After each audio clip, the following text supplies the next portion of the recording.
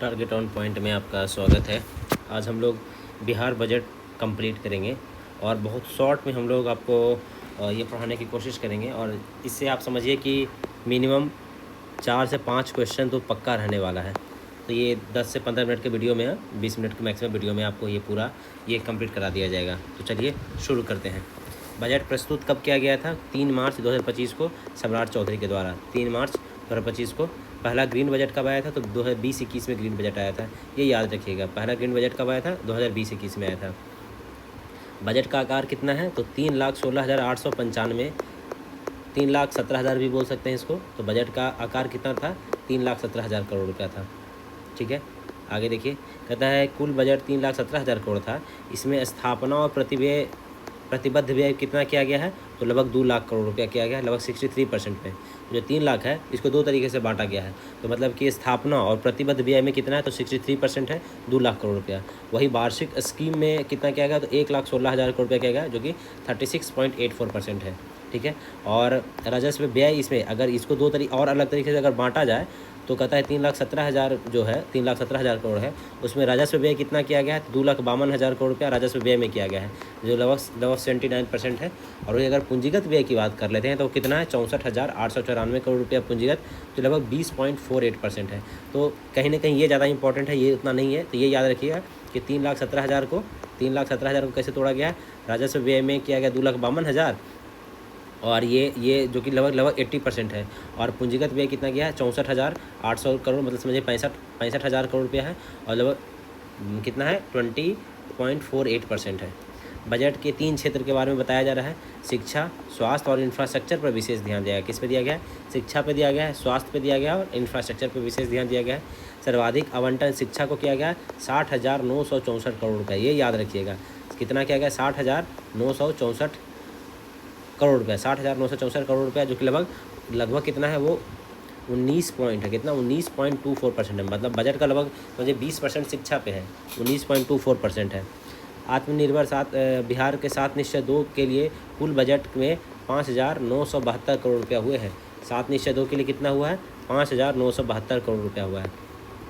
ठीक है, अब ये एक चीज़, ये डेटा देखिए, कहता है 25-26 में GSDP का लगभग कितना अनुमानित है? तो लगभग 22% की वृद्धि का अनुमानित है, जो कि 10,997 हज़ार, मतलब समझिए 11 लाख करोड़ रुपया हो जाएगा। पिछली बार ये लगभग 8.52 लाख था ये पिछले बार, मतलब 24-25 की बात कर ले तब। तो ये कितना था? 8 to 5 लाख इतना था। अब वो कितना हो गया? लगभग समझिए 11 लाख हो गया, 11 लाख हो जाएगा। GSDP में वृद्धि हो रहा है 22% से। कहता है कि 25-26 में व्यय में, कहता है व्यय कितना खर्च किया जाएगा? ऋण चुकौती को छोड़कर 2,94,000 करोड़ रुपये का अनुमानित है। ठीक है, प्राप्तियाँ कितना होगा? तो 2,61,000 करोड़ रुपये प्राप्त होगा। और राजस्व अधिशेष कितना होने वाला है? GSDP का 0.8% होने का अनुमान है, जो लगभग 8,831 करोड़ रुपया होगा। अभी देखिए, अगर अब इकोनॉमिक सर्वे देखते हैं, इकोनॉमिक सर्वे लगभग कितना है हम लोग को? अधिशेष कितना? 3,382 करोड़ रुपया, मतलब 3,382 करोड़ रुपया अधिशेष हो चुका है। ये हम बात कर रहे हैं कि आप इसका इकोनॉमिक सर्वे पढ़ेगा, उसमें ही दिया गया है। और हम लोग 25-26 में कितना अनुमान कर रहे हैं? तो अनुमान कितना कर रहे हैं? 0.8%, जो कि 8,831 करोड़ रुपया है। तो ये तो अनुमान वाला तो नहीं पूछेगा, ये वाला जरूर पूछेगा। 3,382 करोड़ रुपया हम आपको दिखा देते हैं, वो भी चीज़ें। वो आप कहाँ पे दिया? अधिशेष बताया गया था, कितना अधिशेष रहने वाला है। देखिए 2,833 कितना है? 2,833 है, याद रखिएगा। 2,833 करोड़ है अधिशेष रहने वाला है। माफ़ कीजिएगा, गलती बता दिए थे। वो ये कितना है? 2,833 करोड़। कितना? 2,833 करोड़, ये याद रखिएगा। कितना हो गया? 2,833 करोड़, उल्टा लिख दिए हम। 2,833 करोड़ रुपया अधिशेष रहा है। आगे देखिए, और राजकोषीय घाटा का अनुमान कितना है आगे आने वालों में? राजकोषीय घाटा GSDP का 2.98% हो जाएगा, 2.98% हो जाएगा। ये उतना इंपॉर्टेंट नहीं है, आप खाली ये याद रखिएगा, ये इंपॉर्टेंट है। रुपया कहाँ से आता है वो देखिए, ये सही है। कहाँ से आ रहा है? तो कहता है केंद्र करों और राज्य का अंश। केंद्रीय करों में राज्य का अंश कितना है? 43.66% है। मतलब सरकार हम लोग को कितना, केंद्र सरकार दे रहा है हम लोग राज्य में 43%, वहाँ से आ रहा है। सहायता हमको केंद्र सरकार कितना दे रहा है? तो लगा 17.21%। 17.21%। राज्य सरकार में कर राजस्व कितना है, तो 18 पॉइंट्स हो गया। तो पहला कहाँ से आ रहा है, पहला आपको केंद्र सरकार दे रहा है 43%, 43.68%। दूसरा, हम अपना राज्य का अंदर जो कर लगाते हैं, राज्य के अंदर जो टैक्स देते हैं, उसमें कितना 18.77% हो जा रहा है। केंद्र से हमको सहायता कितना मिल रहा है, तो वो लगभग 17.21% आ जा रहा है। फिर लोक ऋण लोन कितना है, तो 17.58% लोन हो जा रहा है। समझिए, थर्ड नंबर पे यही आ गया। तो पहला नंबर पे आपका तो आ गया ये, ठीक है। दूसरा नंबर पे आपका आ जा रहा है राज्य अपना, तीसरा नंबर पर लोन ले रहे हैं, चौथा नंबर पे सरकार सहायता कर दे रहा है। ये चारों इतना याद रखिएगा। कहाँ कहाँ से आ रहा है, अपना पहला 43%, लोन कितना सरकार के अपना कर कितना है 18.77% है, और लोक ऋण कितना है, लोन कितना 17.58% लोन है, और केंद्र सरकार से सहायता मिला 17.21% है, ठीक है। खर्च कहाँ कर रहे हैं, खर्च कहाँ कर रहे हैं वो देखिए। सामाजिक सेवा में हम लोग खर्च कर रहे हैं 39%, सामाजिक सेवा में 39.80%, 39.80% हम लोग खर्च कर रहे हैं सामाजिक सेवा में। सामान्य सेवा में 28% हो रहा है, सामाजिक सेवा में 39% हो जा रहा है, सामान्य सेवा में 28% हो जा रहा है। सामान्य सेवा में, आर्थिक सेवा में कितना हो रहा है, आर्थिक सेवा में 23% हो रहा है। लोक ऋण वापसी में 7% वापस लोन देने में जा रहा है।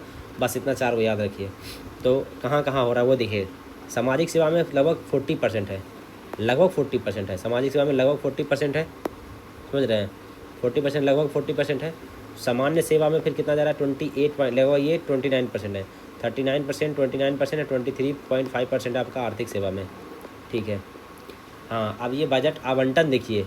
शिक्षा विभाग में कितना बजट आवंटन किया गया, शिक्षा विभाग में किया गया है 60,964 करोड़ रुपया, सर्वाधिक शिक्षा में हुआ है 60,964 करोड़। उसके बाद स्वास्थ्य में है 20,335 करोड़, 20,335 करोड़ रुपया स्वास्थ्य में है। ग्रामीण कार्य और पथ निर्माण में 17,908 करोड़ रुपया ग्रामीण में। गृह विभाग में कितना है, 17,831 करोड़ रुपया है। ग्रामीण विकास मंत्रालय में कितना है, 16,000 करोड़ रुपया है। और ऊर्जा विभाग में 13,484 करोड़ रुपया। ये याद रखने की चीज़ें हैं। सबसे ज़्यादा शिक्षा में हो गया, शिक्षा के बाद स्वास्थ्य हो गया, स्वास्थ्य के बाद ग्रामीण कार्य में हो जा रहा है, और उसके बाद गृह मंत्रालय में हो रहा है। तो चार को ये हो गया, फिर ग्रामीण विकास हो गया, फिर ऊर्जा मंत्रालय हो जाएगा। 5 6 शिक्षा स्वास्थ्य ग्रामीण, शिक्षा स्वास्थ्य ग्रामीण, गृह मंत्रालय, फिर ग्रामीण विकास में हो जाएगा, और फिर ऊर्जा मंत्रालय में 13,000 करोड़ रुपया है। ये डेटा भी याद रखिएगा, 13,484 करोड़ हो गया। ऋण अदायगी अतः 25-26 में 22,800 करोड़ रुपया हम लोग ऋण वापस के रूप में जाना है, 22,800 करोड़ रुपया, जिसमें इतना करोड़ रुपया केंद्र सरकार को इतना ये जाएगा, इतना इंपॉर्टेंट नहीं है, बस इतना जाने कि ऋण जाएगा 22,000 करोड़ रुपया होगा। फिर कहता है राज्य सरकार को ऋण दिया जाना प्रस्तावित है। अच्छा, फिर बोल रहा है कि सरकार इतना लोन मतलब वापस 25-26 में 22,000 करोड़ रुपया की राशि ऋण के रूप में वापस जानी है। तो हम लोग जो ये 3,17,000 का जो बजट बनाए हैं, ये 3,17,000 में 22,800 करोड़ रुपया हम लोग लोन देने में वापस कर देंगे। और फिर कह रहा है कि राज्य सरकार द्वारा इतना करोड़ रुपया ऋण दिया जाना प्रस्तावित है। हम लोग जो लोन लेंगे वो 1,543 करोड़ रुपया हम लोग को लोन देगा सरकार, ठीक है। और ऋण उगाही में 55,737 करोड़ रुपया लोन लेगा। देखिए तीन डेटा यहाँ पे दिया, आप समझिए। बात ये बोल रहा है कि 3,17,000 रुपया जो है ना जी, इसमें बता दिया कि 55,737 रुपया तो लोने से आ रहा है। कहाँ से आ रहा है, लोन से आ रहा है। अब ये देखिए यहाँ पे है ना, लोन कितना है 17.58% लोन है ना, तो ये समझिए कि 55,773 करोड़ रुपया कहाँ से लोन से आएगा, ठीक है। अभी बोल रहा है कि 3,17,000 में से बताया कि 22,819 करोड़ रुपया है वो ये लोन जो ले रहा है उसका रिटर्न करने में जाएगा। ये 55,000 लोन ले रहे हैं, इसको रिटर्न कर देंगे हम लोग 22,819 करोड़ रुपया पहले साल में। और उसके बाद बता रहा है कि 1,543 करोड़ रुपया, कितना 1,543 करोड़ है वो सरकार हम लोग को, जैसे हम लोग को गरीब को और बिजनेस में जो लोन देता है वो वहाँ पे जाएगा। वो इतना इंपॉर्टेंट नहीं है। आगे देखिए, कहता राज्य ने 21 कृषि उत्पादक बाजार प्रांगणों के आधुनिकीकरण और समुचित विकास के लिए 1,279 करोड़ रुपया के लागत पर योजना का कार्यान्वयन किया जा रहा है। तो कितना कृषि उत्पादक है जी, 21 है। ये डेटा है, 21 कृषि उत्पादन बाजार में 12,990 करोड़ रुपया लगा रहा है। आगे क्या है, नेशनल कोऑपरेटिव कंज्यूमर फेडरेशन के द्वारा नेफेड इत्यादि से समन्वय कर अरहर, मूंग, उड़द के MSP तय करने के लिए क्रय किया जाएगा। किसके लिए? अरहर, मूंग और उड़द दर के लिए MSP तय किया जाएगा। ठीक है। प्राथमिक सब्जी उत्पादक सहकारी समिति के उत्पादक को उचित मूल्य और विपणन की सुविधा प्रदान करने हेतु बिहार राज्य सब प्रधान की सुविधा के तर्ज पर तरकारी सुविधा आउटलेट खोला जाएगा। कहाँ का जाएगा? तो सभी प्रखंड में खोला जाएगा। देखिए आप इतना समझिए, इसका मतलब ये बोल रहा है कि जैसे सुविधा हर जगह पे है, वैसे ही तरकारी सुविधा खोला जाएगा। ऑप्शन पता क्या देगा? किस लेवल पे? जिला पे, दूसरा दे देगा अनुमंडल पे, तीसरा दे देगा प्रखंड में, या दे देगा कि चौथा देगा ब्लॉक में। किस स्तर पे खोला जाएगा? तो कहाँ पे होगा? प्रखंड स्तर पे तरकारी सब्जी खोला जाएगा। ठीक है, आगे देखिए, पढ़िए। वर्तमान में बिहार राज्य सब्जी प्रसंस्करण और विपणन फेडरेशन के तहत 3 संघों के अधीन अब तक कुल 302 प्रखंड स्तरीय सब्जी उत्पादक सहकारी समितियों का गठन किया जा चुका है। प्रखंड में प्राथमिक सब्जी उत्पादक सहकारी समितियों का गठन किया जाएगा और संघ से समृद्ध किया जाएगा। ठीक है, ये उतना नहीं है, इम्पोर्टेंट नहीं है। राज्य के प्रत्येक पंचायत में गरीब कन्या विवाह हेतु राज्य सरकार के द्वारा चरणबद्ध तौर पर कन्या विवाह मंडप का निर्माण किया जाएगा। तो ये कह रहा है कि ऐसे तो पूछा कि किस राज्य में हो रहा है, तो बिहार में हो रहा है कन्या विवाह मंडप का निर्माण। और ये किस लेवल पे हो रहा है? तो ये पंचायत लेवल पे हो रहा है, ये याद रखिएगा। ये किस लेवल पे है? पंचायत लेवल पे ये है। सब्जी वाला कौन से लेवल पे है? प्रखंड लेवल पे, और ये है पंचायत लेवल पे। पटना में महिला हाट की स्थापना किया जाएगा और अन्य सभी शहरों में भी स्थापित व्यापार स्थल वेंडिंग जोन में महिलाओं के लिए स्थल को कर्णान्वित किया जाएगा। तो पटना में महिला हाट स्थापना किया जाएगा। प्रायोगिक तौर पर पटना में चलंत व्यायामशाला व्हील की शुरुआत की जाएगी। इसमें भी सिर्फ महिला रहेगी, प्रशिक्षक भी सिर्फ महिला होगी। तो चलंत व्यायामशाला कहाँ बन रहा है जी? पटना में बन रहा है। राज्य के सभी शहरों में महिलाओं के लिए पिंक टॉयलेट की स्थापना किया जाएगा। सभी शहर में पिंक टॉयलेट स्थापना किया जाएगा। बिहार औद्योगिक निवेश प्रोत्साहन नीति तैयार की जा रही है और इसमें उद्देश्य से एक गतिशील तंत्र के रूप में काम करेगा। ठीक है, कहता है बिहार बायोफ्यूल्स उत्पादन प्रोत्साहन नीति 2025 को लागू किया जाएगा। बायोफ्यूल्स उत्पादन प्रोत्साहन नीति कहता है कि खाद्य प्रसंस्करण नीति 2025 लाया जाएगा। ठीक है, ऐसा कुछ इम्पोर्टेंट नहीं है। फार्मास्यूटिकल पॉलिसी भी आ रहा है बिहार में, ये भी सर सही मान लेते हैं। बिहार प्लास्टिक विनिर्माण प्रोत्साहन नीति भी आ रहा है, प्लास्टिक विनिर्माण प्रोत्साहन नीति भी आ रहा है, प्लास्टिक के लिए भी। गुण के लिए सेंटर ऑफ एक्सीलेंस की स्थापना पूना समस्तीपुर में किया जाएगा। ये क्वेश्चन हुआ, गुण के लिए क्या है, कहाँ किया जाएगा? गुण के लिए centre of excellence Pusa Samastipur में स्थापना किया जाएगा। कैंसर जैसी गंभीर बीमारी रोकथाम के लिए बिहार कैंसर केयर सोसाइटी की स्थापना किया जाएगा।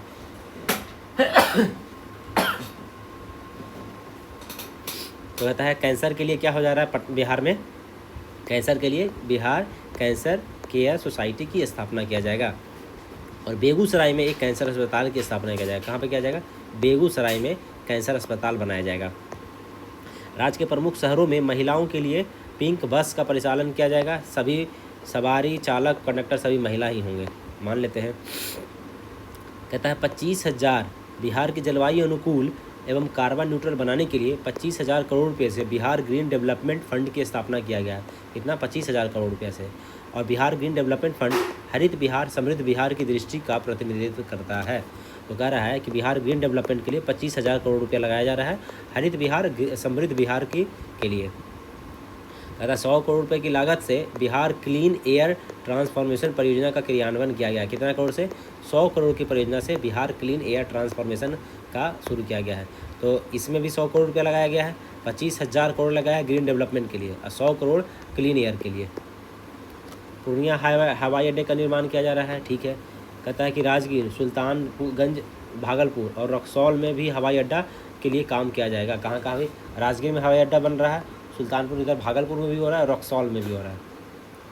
मौसम संबंधी आपदाओं को जोखिम को कम करने के लिए multi hazard early warning system के अंतर्गत hybrid Doppler weather radar system का निर्माण का प्रस्ताव है। इसका प्रथम चरण पश्चिम चंपारण और भागलपुर में। कहता है कि जो वेदर के लिए जो multi hazard early warning system है वो पश्चिम चंपारण और भागलपुर में लगाया जाएगा। कहता है इंडिया वाटर फाउंडेशन संस्थान द्वारा, किसके द्वारा? इंडिया वाटर फाउंडेशन संस्थान के द्वारा वाटर ट्रांसवर्सिलिटी ग्लोबल अवार्ड 2025 से सम्मानित किया गया है। किसको? बिहार को। कह रहा है कि जलवायु अनुकूल कृषि के क्षेत्र में उत्कृष्ट कार्य के लिए इंडिया वाटर फाउंडेशन द्वारा बिहार को वाटर ट्रांसवर्सिलिटी ग्लोबल अवार्ड से सम्मानित किया गया है। ये क्वेश्चन है, ये देखिएगा। तो किसने दिया है? तो वाटर फाउंडेशन ने दिया, इंडिया वाटर फाउंडेशन ने। मिलेट का गठन, बिहार मिलेट का मिशन का गठन, आम, मशरूम, टमाटर, आलू, तो ठीक है ये सब। पहली बार बिहार में खरीफ मौसम में प्याज की खेती 500 हेक्टेयर में हुआ है। पहली बार खरीफ मौसम में जो प्याज होता है उसका 500 हेक्टेयर में किया गया है। मशरूम उत्पादन में पहले नंबर पे है और शहद उत्पादन में चौथे नंबर पे, ये याद रखिएगा। मशरूम में तो पता है, शहद में कितने नंबर पे है? चौथे नंबर पे शहद में है। ठीक है। कहता है कि 38 जिलों में जलवायु अनुकूल कृषि कार्यक्रम के लिए 190 गाँव को जलवायु अनुकूल मॉडल कृषि गाँव के रूप में विकसित किया जाएगा। कितना गाँव को? 190 गाँव को। 38 जिला के 190 गाँव को जलवायु अनुकूल मॉडल कृषि गाँव को विकसित किया जा रहा है। राज्य में पोषक अनाजों के अनुसंधान और प्रसारण के लिए टनकुप्पा, गया और बिंदुपुर, वैशाली में पान के लिए सेंटर ऑफ एक्सीलेंस की स्थापना किया जा रहा है। कह रहा है कि पोषक अनाजों पर अनुसंधान और प्रचार के लिए, पोषक अनाजों पर अनुसंधान और प्रसार के लिए टनकुप्पा गया में है। टनकुप्पा कहाँ? गया में। टनकुप्पा कहाँ? गया में। अतः पोषक अनाजों के अनुसंधान के लिए गया में। और कहता पान के लिए बिदुपुर, वैशाली में। बिदुपुर, वैशाली में सेंटर ऑफ एक्सीलेंस की स्थापना किया जा रहा है। कहाँ कहाँ? एक तो हो गया आपका गया में, हो गया पोषक अनाज के लिए, और बिदुपुर, वैशाली में पान के लिए। बिहार में सुधा दूध केंद्र की स्थापना सभी प्रखंड के में कॉम्फेड द्वारा किया जा रहा है। कहाँ किया जा रहा है? सभी प्रखंड में किया जा रहा है सुधा दूध केंद्र की स्थापना। जमुई जिला के सिकंदरा प्रखंड में बहुआर नदी पे सूखाग्रस्त क्षेत्र की सिंचाई सुविधा प्रदान करने हेतु कुंड घाट जलाशय योजना का निर्माण 270 करोड़ रुपये की लागत से किया जा रहा है। तो ये बहुत इंपॉर्टेंट चीज़ है, ये आप इसको समझ लीजिए। कौन नदी पे हो रहा है? तो ये हो रहा है आपका, एक मिनट हो जाइएगा, कौन कहाँ पे हो रहा है? बहुआर नदी पे। बहुआर नदी पे क्या बनाया जा रहा है? कुंड घाट जलाशय। कुंड घाट जलाशय बनाया जा रहा है। और ये कहाँ है? जमुई में है। कहाँ हो रहा है? जमुई में। बहुआर नदी पर कुंड घाट जलाशय जमुई में। बहुआर नदी कहाँ है? तो जमुई में है। कुंड घाट जलाशय 270 करोड़ रुपये से। गंगा जल आपूर्ति योजना के दूसरे चरण में बिहार शरीफ से मधुबन जलाशय का निर्माण हो रहा है। तो मधुबन जलाशय का निर्माण कहाँ हो रहा है जी? तो बिहार शरीफ में हो रहा है मधुबन जलाशय। तो गंगा जल आपूर्ति के दूसरा चरण में बिहार शरीफ में मधुबन जलाशय का निर्माण हो रहा है। जल जीवन हरियाली मिशन के अंतर्गत भभुआ और मोहनिया, कैमूर जिला में शहरों के लिए दुर्गावती जलाशय से पेयजल उपलब्ध कराने का कार्य प्रगति पे है। तो कहता है जल जीवन हरियाली मिशन पे भभुआ और मोहनिया, ये कैमूर जिला में दोनों है। कैमूर जिले में कहाँ है? भभुआ है और मोहनिया है। यहाँ पे क्या है? दुर्गावती जलाशय है। कहाँ पे है? कैमूर जिला में है। तो वहाँ से पेयजल बनाया जा रहा है। तो आपको ये पता होना चाहिए दुर्गा जलाशय कैमूर में है। नदी जोड़ो कोसी मेची लिंक परियोजना के प्रस्तावित लागत कितना है? 6282 करोड़ रुपया। ये याद रखिएगा, कोसी मेची लिंक परियोजना के लिए कितना है? 6282 करोड़ रुपया है। कहता बिहार सरकार की महत्वाकांक्षी परियोजना जीविका बिहार में महिलाओं के विकास सशक्तिकरण के लिए है। IIM कोलकाता के सहयोग से महिला उद्यमिता के क्षेत्र में अब तक 150 जीविका दीदियों का उद्यम विकास किया जा चुका है। कितने दीदियों का? 150। तो मदद कौन कर रहा है? तो IIM कोलकाता। IIM जो कोलकाता है वो महिला उद्यमिता के क्षेत्र में 150 जीविका दीदियों का उद्यम का विकास किया जा रहा है। जीविका द्वारा अब तक 10 लाख SHG का गठन किया गया। कितना? लगभग 10 लाख। जीविका दीदी द्वारा कितना? 10 लाख का गठन किया गया। 10,63,000 का ये SHG सेल्फ हेल्प ग्रुप का गठन किया गया है। चलिए आगे देख लेते हैं। चतुर्थ राष्ट्रीय जल पुरस्कार में सर्वश्रेष्ठ राज्यों की श्रेणी में बिहार को तीसरा पुरस्कार मिला है। कहता है कि चतुर्थ राष्ट्रीय जल पुरस्कार में चौथा नंबर में है और बिहार को क्या मिला है? थर्ड पोजीशन मिला है। कहता है चतुर्थ राष्ट्रीय जल पुरस्कार में बिहार को तीसरा स्थान पुरस्कार मिला है। कहता है 20वें CSIE गवर्नेंस पुरस्कार के बिहार को परियोजना श्रेणी में अवार्ड ऑफ एक्सीलेंस प्राप्त हुआ है। क्या चीज़ के लिए मिला है? CSIE जो है इसमें परियोजना श्रेणी में बिहार को ऑर्डर ऑफ एक्सीलेंस प्राप्त हुआ है। राज्य के 8000 पंचायत, 534 प्रखंड, 101 अनुमंडल और 38 जिला को ODF ओपन डिफेक्शन फ्री घोषित किए जा चुके हैं। 56 नगर निकाय को ODF प्लस घोषित किया जा चुका है और पटना नगर निगम को वाटर प्लस घोषित किया जा चुका है। ये याद रखिए क्या क्या बोल दिया कि 8053 गाँव, 853 पंचायत, 534 प्रखंड और 101 अनुमंडल, 38 जिला में क्या हो गया है, ODF ओपन डिफेक्शन फ्री से घोषित किया जा चुका है। कहता है 56 नगर निकाय को क्या दिया गया है, ODF प्लस दिया गया है 56 नगर निकाय को। और पटना को क्या वाटर प्लस घोषित किया गया, पटना नगर निगम को वाटर प्लस घोषित किया गया है। कृषि और पशु अपशिष्ट के निपटान हेतु जिला स्तर पर बायोगैस उत्पादन के लिए गोवर्धन योजना का संचालन किया जा रहा है। 38 जिलों में से 31 जिलों में गोवर्धन इकाइयाँ निर्माण किया जा चुका है। तो कह रहा है कि किस लेवल पे किया जा रहा है, तो ये याद रखिएगा कि लेवल याद रखिएगा। कहता है जिला लेवल पे हो रहा है, किसे जिला स्तर पे हो जा रहा है बायोगैस, जिसका नाम क्या है, गोवर्धन है, जो कि 38 जिला में से 31 जिला में बनाया जा चुका है। नीति आयोग के वर्ष 23-24 की रिपोर्ट में सतत विकास लक्ष्य में के आंकड़ों के अनुसार स्वच्छ पानी और सफाई में SDG 6 के मामले में बिहार का स्थान 98 स्कोर के साथ देश के सभी राज्यों में तीसरा रहा है। तो कहता है कि जो नीति आयोग है, वैसे तो इस रिपोर्ट में हम लोग एकदम लास्ट आए हैं, सतत विकास डेवलपमेंट में SDG रैंक में हम लोग लास्ट आए हैं, लेकिन कह रहा है कि स्वच्छ पानी और सफाई के मामले में हम लोग देश में कितने नंबर पे आए हैं, तीसरे नंबर पे आए हैं। स्वच्छ पानी और सफाई मामले में तीसरे नंबर पर हैं। 25-26 में 23-24 5-6 से 23-24 में स्वास्थ्य पर राज्य सरकार का 13 गुना खर्च बढ़ गया है, स्वास्थ्य पे 13 गुना बढ़ा दिया है। ठीक है, कहता है कि जन्म के बीच में 2006 से 10 और 16 से 20 के बीच में जन्म के समय जीवन प्रत्याशा 3.7 वर्ष, संस्थागत प्रस्ताव दर 19-20 से 76% हो गया है। ठीक है, मतलब कि अब हॉस्पिटल में जो बच्चे का जो जन्म हो रहा है उसमें वृद्धि 76% हो गया है। 100 में से 76 बच्चा है जो हॉस्पिटल में जन्म लेता है। 9 से 14 वर्ष की आयु की बालिकाओं को ह्यूमन पेपिलोमा वायरस HPV के वायरस से संक्रमण से होने वाले कैंसर से बचाव हेतु 6 अक्टूबर 2024 को मुख्यमंत्री बालिका कैंसर प्रतिरक्षा योजना के तहत HPV टीकाकरण शुभारंभ किया गया है। तो ये पूछेगा कितने वर्ष में, 9 से 14 वर्ष का बच्चा, जो 9 से 14 वर्ष की जो लड़कियां हैं उनको HPV वायरस के लिए, ह्यूमन पेपिलोमा वायरस, क्या नाम है इसका, ह्यूमन पेपिलोमा वायरस, HPV का फुल फॉर्म याद रखिएगा, ह्यूमन पेपिलोमा वायरस। इसके लिए कहता है कि मुख्यमंत्री बालिका कैंसर प्रतिरक्षण योजना शुरू किए हैं। वर्तमान में आयुष्मान कार्ड में बिहार राष्ट्रीय स्तर पर तीसरे स्थान पे है। आयुष्मान कार्ड में क्या है, बिहार तीसरे नंबर पे है। एशिया वुमेंस हॉकी चैंपियनशिप में 1 स्वर्ण पदक और पेरिस ओलंपिक में 1 रजत पदक प्राप्त किया है।